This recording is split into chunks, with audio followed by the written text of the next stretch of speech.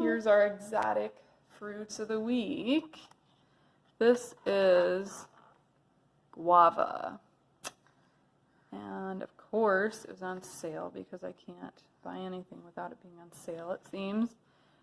This is what it looks like. I can't. There we go. This is what it looks like. It looks kind of like a pear with little tiny hard seeds. It tastes, it does taste a little bit like the texture of a pear, except it's got a little bit more of a citrusy taste. You just wash them really well and cut them up, slice them up and eat them. I might try growing some of these seeds. I don't know. The other tropical fruit of the week is coconut. I saved a lot more money on this coconut. And I haven't opened a coconut since I was a teenager, so we'll see how that goes. And then I gotta update you guys. I started some rambutan seeds last week, just 2 of them. And I am happy to report that one of them has a tiny sprout. And the other is pretty much the same as it was last week. So I'm going to plant both of them and hope that the one, at least, continues to grow. Here are my sprouts. I don't know if they're 1 or 2 weeks old. I should have, maybe I took a video. I don't know. So over here, alfalfa sprouts. Here we have mung beans.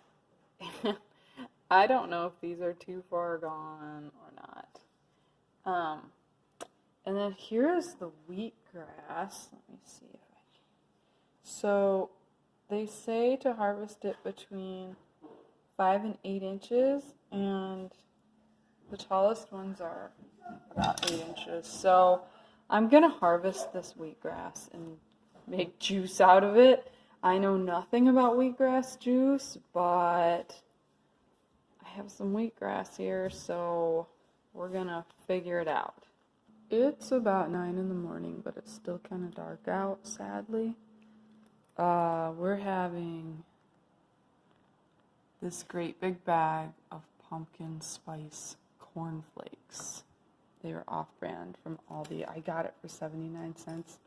So we don't usually do cereal for breakfast, but I was feeling kind of lazy this morning, and I'm drinking traditional, let me see if I can, traditional medicinals echinacea tea, in hopes that I'll get fewer colds this winter.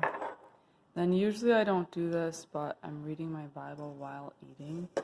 Our church is going through a study of the New Testament, and I'm woefully behind. We're reading the book of Mark, and I don't even know where I'm supposed to be, so I'm just trying to read through the whole thing. So I'm going to show you real quick how to read the King James and understand it. So the King James does have a lot of strange words. I'll show you one of my strange words. There we go. Anon. Okay? So if I come across a word I don't know, I look it up on my phone. So I'll mark it, look it up on my phone, and then when I find the definition, I'll write it down in the Bible itself, just to help me kind of remember. And then after a couple years of doing that, you know, looking words up, you kind of get to know what it's saying. Time-saving tips with potatoes. So I'm going to do potato soup today, but I did twice as many potatoes as I'll need. I peeled them all at once.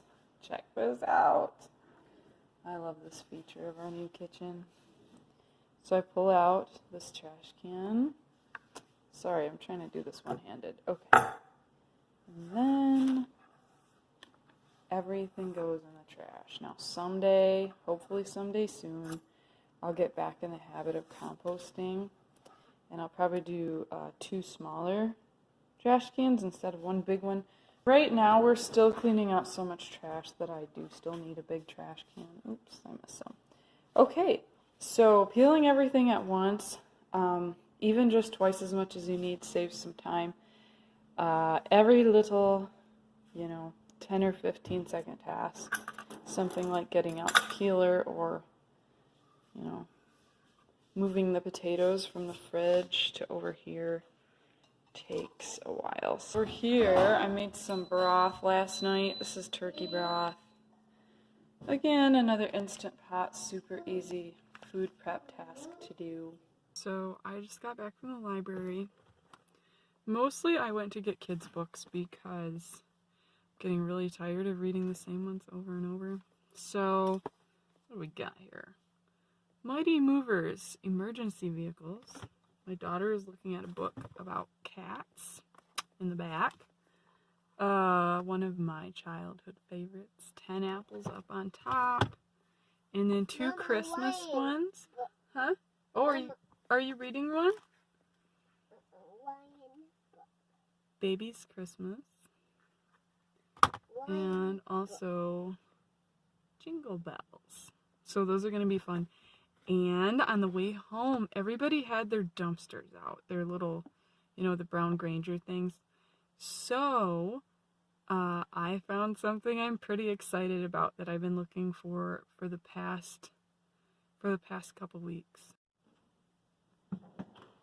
Alrighty. This, my friends, is a utility sled. These run at least $40. I know this one looks pretty banged up, but I'm thinking if I put a little bit of duct tape over here, this is probably going to spread if I don't do something about that. So lots of duct tape there, and a little duct tape on this edge. That crack has gone down pretty far too, so I'm going to have to make sure that looks like there's some cracks over here. I did not see any cracks in the bottom though, which is the important thing. So yeah, I'm gonna see what I can do with this. Save myself, at least $40. Hey guys, I just got done with some Christmas decorations, so I thought I'd show you around. And also, before I send these, I wanted to show you our Christmas cards for this year and how we do that. Here is a wreath I made with some of our Christmas tree cuttings. It's not perfect, and I think it could be a little more, I don't know, I could put some more stuff on it, like a bow to make it nicer, but that's what it turned out as. We've also got, I didn't make this, but these are really cool jingle bells to hang on the door. So every time someone comes in, it makes a nice little jingle sound. Then I also did, you can see that side too, these little hanging, I don't know what you'd call these, for the lights on the garage door. I really like the way those turned out, and they were super easy to do.